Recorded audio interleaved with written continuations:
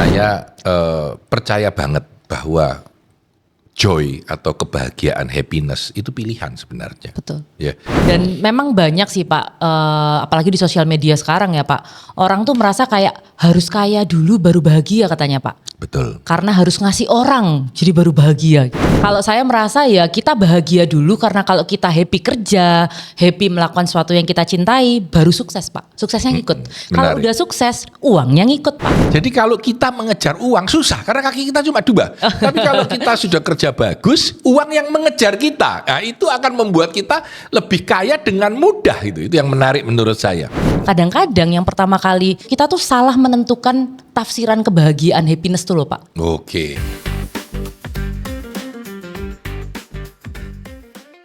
Mitra bisnis, kita kembali ke podcast Business Wisdom Institute. Kali ini kita berbicara tentang joy, waduh, atau happiness, kebahagiaan. Cara bahagia tanpa harus kaya. Silakan Sally. Joy, waktu ngomongin joy ini saya juga salah satu yang bingung Pak. Karena saya ini bukan kaya Pak, saya tidak kaya. Saya merasa saya joy. Dan memang banyak sih Pak, apalagi di sosial media sekarang ya Pak. Orang tuh merasa kayak harus kaya dulu baru bahagia katanya Pak. Betul. Karena harus ngasih orang jadi baru bahagia gitu. Dan harus bawa tas Louis Vuitton. Benar-benar. Oke. Jadi kalau menurut saya ini kita berbicara ya, orang sering bilang harus sukses dulu, harus kaya dulu, harus punya keluarga hebat dulu, harus bepergian ke China, ke Amerika, ke Taiwan, kemanapun dulu, baru akan bahagia. Kasihan ya, baru akan bahagia. Padahal kan tidak itu rumusnya. Jadi pertanyaan yang paling mendasar menurut saya, bahagia dulu baru sukses, lebih mudah gitu. Daripada mengejar sukses, mengejar kehebatan, baru bahagia. Bagaimana pendapat Sally? Maaf Pak, kalau kita nunggu itu dulu, kalau terus besoknya udah meninggal gimana Pak? Nggak jadi bahagia berarti. Nggak jadi bahagia.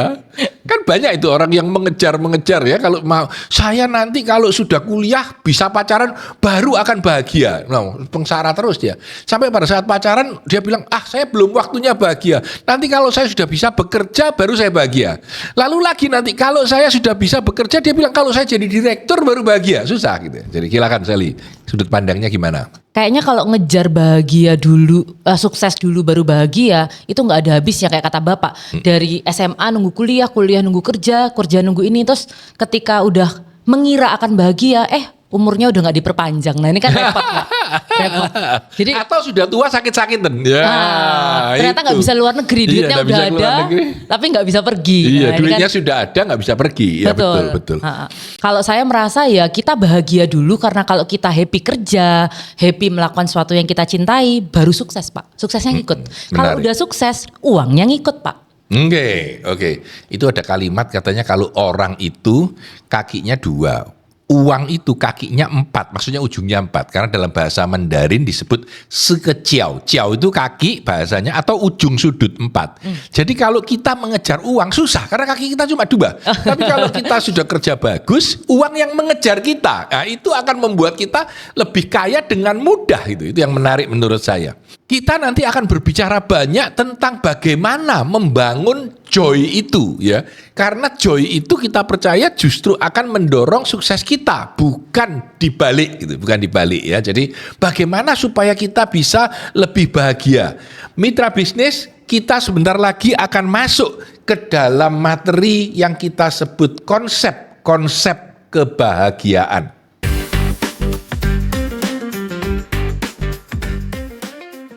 Di sesi 2 kita akan berbicara dengan Sally tentang konsep kebahagiaan. Sally, silakan. Ya Pak, baru-baru ini Pak, ini baru kejadian beberapa minggu lalu gitu. Saya ketemu sama teman lama saya. Ya. Nah, teman lama saya ini cerita, cepu kisahnya Pak, kalau bahasa sekarang tuh cepu. Ngasih tahu bahwa ada teman saya yang lain, itu ternyata di belakang saya itu ngomongin saya Pak. Jadi dia cerita bahwa, loh, kamu kan deket ya sama ini loh cerita ke aku A, B, C, D, E, F, G, kamu katanya A, B, C, D, E, F, G.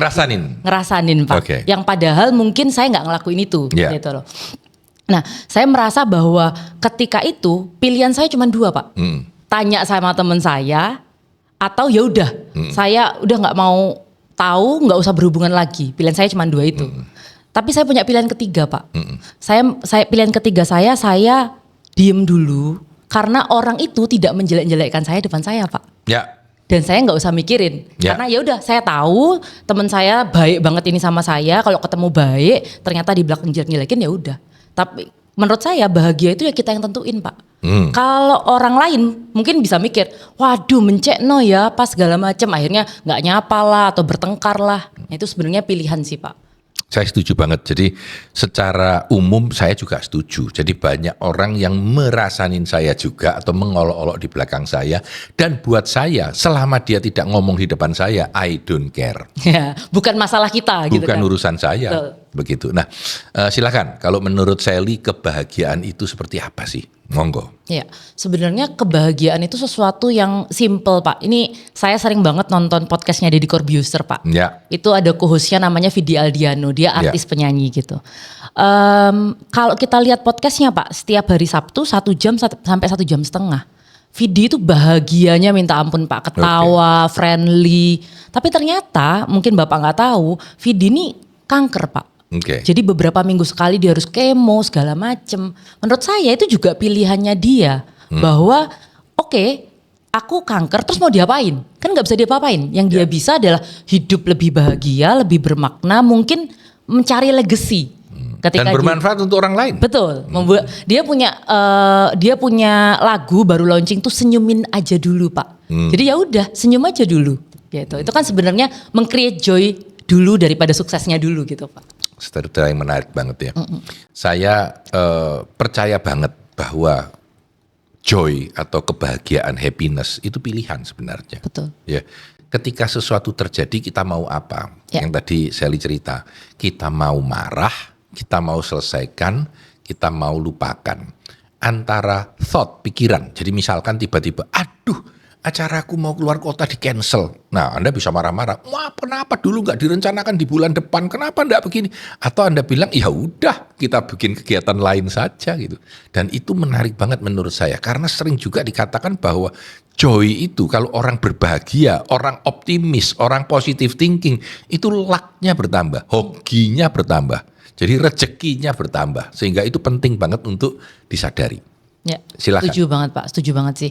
Saya juga termasuk orang yang sangat joy, Pak. Positifnya tuh tinggi banget, Pak. Kadang-kadang kementoken gitu, Pak. Jadi saking mentoknya adalah saya merasa yang tadi balik ke cerita temen saya yang mungkin deket ini ngomongin saya di belakang, Pak. Sepositif itu, Pak, berarti saya, Pak. Karena saya nggak ngerasa dia benci sama saya. Oh, ternyata benci. Nah, itu positifnya mentok kayaknya, Pak. Joy-nya kementoken itu. Ya, nah kebanyakan joy itu menurut Sally lahir dari orang itu apa harus kita lakukan sesuatu untuk mencapainya? Silahkan. Saya pernah tahu buku, Pak. Ya. Jadi Happiness kalau nggak salah. The Pie of Happiness apa ya? Nah itu dia bilang bahwa joy itu, happiness itu 50% genetik. Dia bilang gitu. Dan saya percaya itu, Pak. Karena kucing saya ada 4, Pak. Yang satu tuh mukanya mencureng aja. Yang satu tuh kayak friendly banget gitu. Ya 50% tuh genetik. Terus dia bilang bahwa 10%-nya itu karena keadaan lingkungan. Di luar yang bisa kita kontrol, Pak. Jadi pendapat orang segala macam itu 10%. Sukses, kaya, uang, pendidikan itu 10%. Tapi 40%-nya itu sesuatu yang kita create. Nah itu yang sebenarnya jadi apa ya, Pak? Keyakinan saya bahwa saya cuma bisa kontrol apa yang saya bisa. Pikiran saya nggak perlu jahat sama orang, positive thinking itu kan saya bisa. Tapi kalau saya mikir Pak Tanah dibenci atau tidak sama saya nggak bisa, Pak. Itu faktor di luar saya gitu. Tapi memang genetik saya 50%-nya happy, Pak. Kalau tahu itu, lalu bagaimana caranya kita bisa membangun diri supaya menjadi lebih bahagia? Silahkan. Ya, kalau kita bilang dalam teori dulu deh, Pak. Misal nih, Pak, saya ikut Bapak dari staff jadi manajer. Kan itu sesuatu yang kita kejar, karier ya, Pak, ya kalau kita bilang ya. Tapi kita mungkin udah jadi manajer, itu happy, Pak, who happy people. Sebulan paling, Pak. Ya, sebulan, setuju. Habis itu stres soalnya, Pak, kerjanya banyak, manajer. Nah itu yang saya bilang tadi bahwa 10% kebahagiaan itu kadang-kadang bisa semu. Kayak kita naik jabatan, gaji naik, itu bisa jadi sesuatu yang 10% tadi, Pak, nggak sustain gitu. Nah itu yang banyak mungkin orang-orang di sini, teman-teman di sini, wah aku pengen nih kerja di Gojek mungkin, kerja di Grab. Kayaknya temanku yang WFH itu lebih happy deh daripada yang WFO. Itu kan sebenarnya kebahagiaan yang semu. Kadang-kadang yang pertama kali, yang nomor satu itu kita tuh salah menentukan tafsiran kebahagiaan, happiness tuh loh Pak. Oke. Itu. Menarik ya, Salah menarik. fokus Salah gitu. menafsirkan bahwa itu akan membuat kita bahagia. Saya setuju banget. Saya kalau nanti beli tas Louis Vuitton itu betapa bahagianya. Begitu ngumpulkan duit 3 bulan, akhirnya beli satu dibawa pulang. Ya gitu doang. Apalagi sudah 4 kali beli, enggak ada gunanya. Silakan. Happy-nya udah nggak ada lagi. Nah kalau yang selanjutnya Pak, tadi yang nomor satu adalah tentang kita mungkin salah fokusnya tadi. Salah fokus. Yang kedua adalah suka bandingin Pak. Nah, ya, ini adalah kelemahan-kelemahan kebahagiaan ya. Orang-orang tidak memikirkan ini sebagai kebahagiaan padahal tidak sebenarnya. Betul. Suka membandingkan dengan orang lain, iri gitu ya. Iri. Jadi saya merasa mungkin gaji saya 5 juta cukup Pak. Tapi after saya kepengen, wah teman saya yang itu beli Louis Vuitton tadi, saya nggak punya, merasa 5 jutanya kecil gitu Pak. Nah itu kan juga sesuatu yang rasa syukurnya udah nggak ada gitu Pak. Jadi mengejar sesuatu yang dikira kebahagiaan tadi. Oke. Itu yang kedua ya. Itu yang kedua. Dan Yang ketiga? jadi ternyata hubungan sosial itu juga meng-create joy Pak. Oke. Salah satu studinya Harvard, dia ngeriset Pak selama 80 tahun, itu hubungan sosial kita yang buruk dengan orang lain, Yes. itu bisa menjadi faktor terbesar kita tidak happy dan tidak sukses. Oh, menarik. Tidak happy dulu baru tidak sukses gitu ya. Iya, dia Oke. bilang tidak happy dan tidak sukses. Jadi kalau mau happy dan sukses dan panjang umur, ya kita harus punya hubungan sosial yang baik Pak. Oke. Itu social connection. Jadi hubungan sosial yang baik itu adalah tiga hal yang semu ya. Betul. Tapi memang social comparison, membandingkan orang lain dengan kita, itu sesuatu yang menarik. Maksudnya gini, kebanyakan orang menjadi sedih karena tidak cukup sama dengan orang lain atau kalah. Ya. Ya. Tapi kalau bisa dibalik itu juga menarik.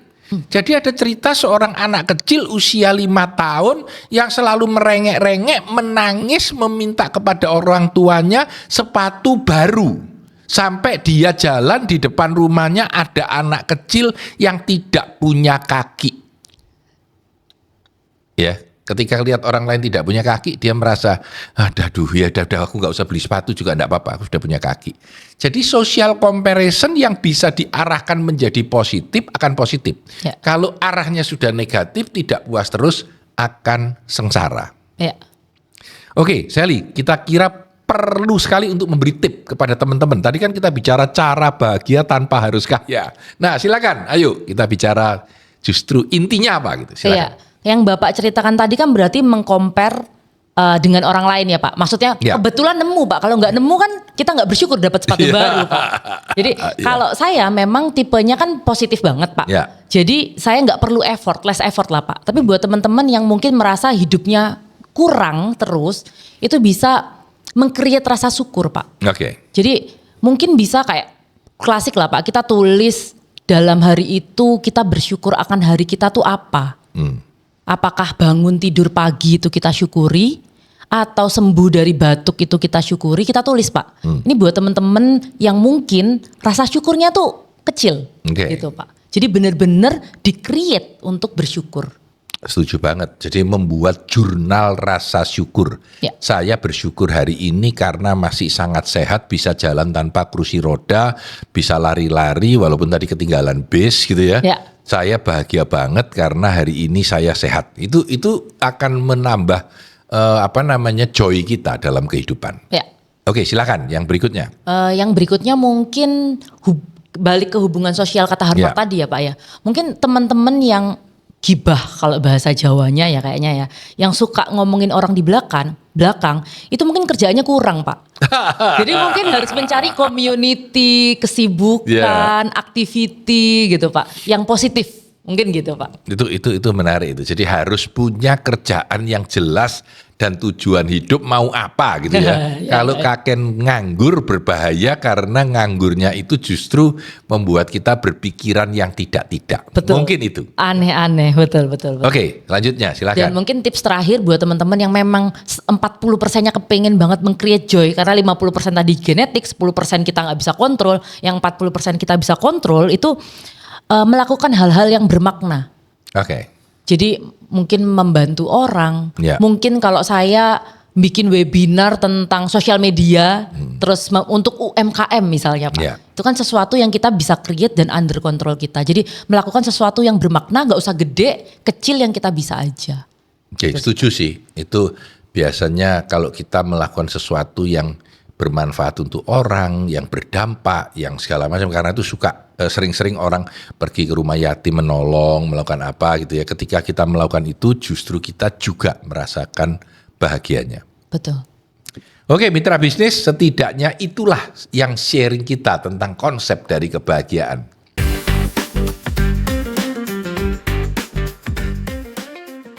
Mitra bisnis, ini adalah sesi yang terakhir. Saya selalu membagi menjadi 3 sesi dan pada sesi yang ketiga kita aplikasikan apa yang kita tahu, memanfaatkan pemahaman kita akan pemikiran tadi dalam kehidupan kita untuk menjadi lebih bahagia. Pertanyaan pertama, Sally. Bagaimana caranya buat mitra bisnis yang belum sukses dan belum bahagia supaya mereka bisa menjadi lebih bahagia tanpa harus kaya dulu? Silakan. Saya jadi keinget cerita karyawan saya Pak, namanya Amir. Jadi dia itu bukan dari keluarga orang punya. Oke. Jadi orang tuanya dia harus support, terus apa yang dia punya mungkin kekurangan dan lain-lain gitu Pak. Saya baru tahu setelah 1,5 tahun bersama dia Pak. Ternyata dia berpikiran bahwa bertanya itu adalah bodoh. Bertanya itu adalah bodoh. Jadi dia nggak pernah tanya apapun Pak. Dia menyelesaikan masalah sendiri, segala macam sendiri. Nah dari sini timbullah banyak permasalahan yang akhirnya teman-teman sekitarnya cerita Pak. Kak, aku tuh sebenarnya di kantor tuh capek gitu.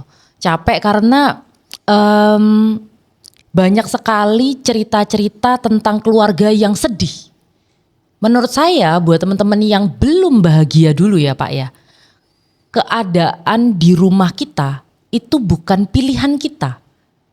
Tapi bagaimana kita keluar dari rumah, beraktivitas, bekerja, dan menjadi lebih bahagia itu pilihan kita.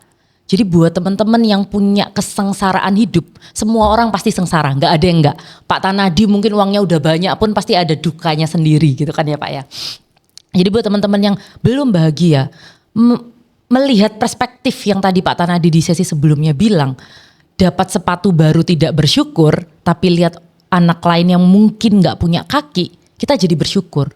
Sama, mungkin harus mencari rasa bersyukur yang kecil-kecil tadi Pak. Untuk bisa merasa lebih bahagia, lebih joy. Nggak merasa bahwa apa yang kita punya itu adalah beban. Karena itu jadi buat kita jauh dari bahagia. Kalau kita nggak bahagia, kerjanya pasti nggak bagus Pak. Yes. Kerjanya nggak bagus pasti nggak sukses. Kalau nggak sukses ya mungkin uangnya nggak banyak. Yang akhirnya apa? Nggak bisa merubah hidup keluarga yang tadi. Gitu Pak. Jadi kalau mereka yang belum sukses, marilah dan belum bahagia, marilah mencoba dari sudut pandang yang positif, kira-kira gambarannya begitu ya. Kalau sekarang buat teman-teman yang sudah kaya, sudah sukses, masih terus saja merasa sengsara, silakan. Nah, buat teman-teman yang sudah sukses dan masih belum bisa meng-create positif, datanglah ke tempat-tempat sosial kayaknya Pak. Tempat anak kanker gitu. Tapi enggak, buat teman-teman yang mungkin sudah sukses, sudah mungkin apalagi berkecukupan, membuat meaning mungkin Pak. Membuat makna tadi di mana bisa bantu orang di sekitar, bisa ngobrol sama orang di sekitar, yang akhirnya memunculkan project-project yang membuat legacy, karena kebetulan kan udah mencukupi nih Pak. Jadi bagaimana kita sudah cukup secara keuangan, kesuksesan, gimana caranya kita mencukupkan kebahagiaan kita dengan nolong orang mungkin Pak salah satu. Oke, pertanyaan saya yang simple. Apa yang telah Sally lakukan membuat Anda sendiri menjadi lebih bahagia? Silakan. Wah, pertanyaannya kok berat banget ya, Pak. Pertanyaannya gampang, jawabannya yang susah. Iya, pertanyaannya gampang, jawabannya berat. 3 kilo kayaknya. Ya karena memang Pak, saya menyadari dari dulunya itu udah happy Pak. Jadi nggak perlu diapa-apain tuh sudah happy. Tapi memang kalau saya selalu ngelihat, bahkan kayak saya kesandung aja, untung aja cuma kesandung. Ya. Itu udah settingan normal Pak, yang ada di saya. Tapi kalau saya lebih banyak ngobrol sama orang sih Pak. Jadi kalau saya punya tim saya kan jauh tuh Pak. Saya pasti meluangkan waktu sebulan sekali untuk ngobrol sama mereka Pak. Karena dalam ngobrol itu kebetulan saya punya positif yang tinggi, saya bisa menyalurkan positif saya. Dan mereka juga bisa menyerap positif saya. Akhirnya kita bisa saling sharing, kalau sama-sama ada masalah, bisa setidaknya jadi pendengar buat orang Pak. Itu bisa bikin saya juga lebih bahagia Pak. Oke, teman-teman sekalian, mitra bisnis ya. Kalau Anda mau sukses harus bahagia dulu. Jangan mencari sukses dulu baru bilang, nanti kalau aku sukses aku akan bahagia. Kan kasihan gitu ya. Jadi kita harus merasakan hari ini hari yang menarik, hari yang baik, hari yang membuat saya bahagia. Saya mulai dari hari ini dengan mengerjakan dengan happy. Komen itu akan membuat kita menjadi lebih bahagia. Ini menurut saya penting banget ya. Jadi jangan mengejar sukses dulu tapi mengejar bahagia dulu. Oke Sally, saya kira itu saya minta Anda memberikan sebuah pesan buat mitra bisnis lain sebagai penutup sesi ini. Silakan. Ya, kalau bisa disimpulkan dalam satu kalimat pendek gitu ya teman-teman ya. Kita nggak perlu sukses untuk jadi bahagia. Tapi kita perlu bahagia untuk menjadi sukses. Karena itu rasa bersyukur kita perlu, bagaimana berhubungan dengan orang lain tentu yang positif itu perlu, dan bagaimana kita meng-create hal-hal atau meaning-meaning pekerjaan-pekerjaan yang membuat kita bahagia. Intinya adalah bagaimana melihat dari sudut pandang positifnya, dari situlah kita bisa bahagia. Oke, mitra bisnis, sesi pendek ini semoga bisa menggugah teman-teman untuk menjadi lebih sadar akan berkat yang sudah diterima, lebih bersyukur dan lebih melakukan apapun dalam kehidupan dengan joy yang sepenuh hati. Saya Tanadi Santoso bersama Sally Fatmawati, sukses selalu untuk Anda.